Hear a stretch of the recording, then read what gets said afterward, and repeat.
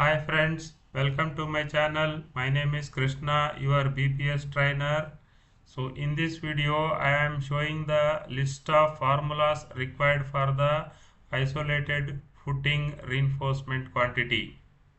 So just see in the screen, clearly written color wise for the required dia of the bar and shorter span and longer span. And similarly I have kept in the Excel sheet also respective location, respective formulas are required. Please memorize all these formulas to do the footing quantity very easily.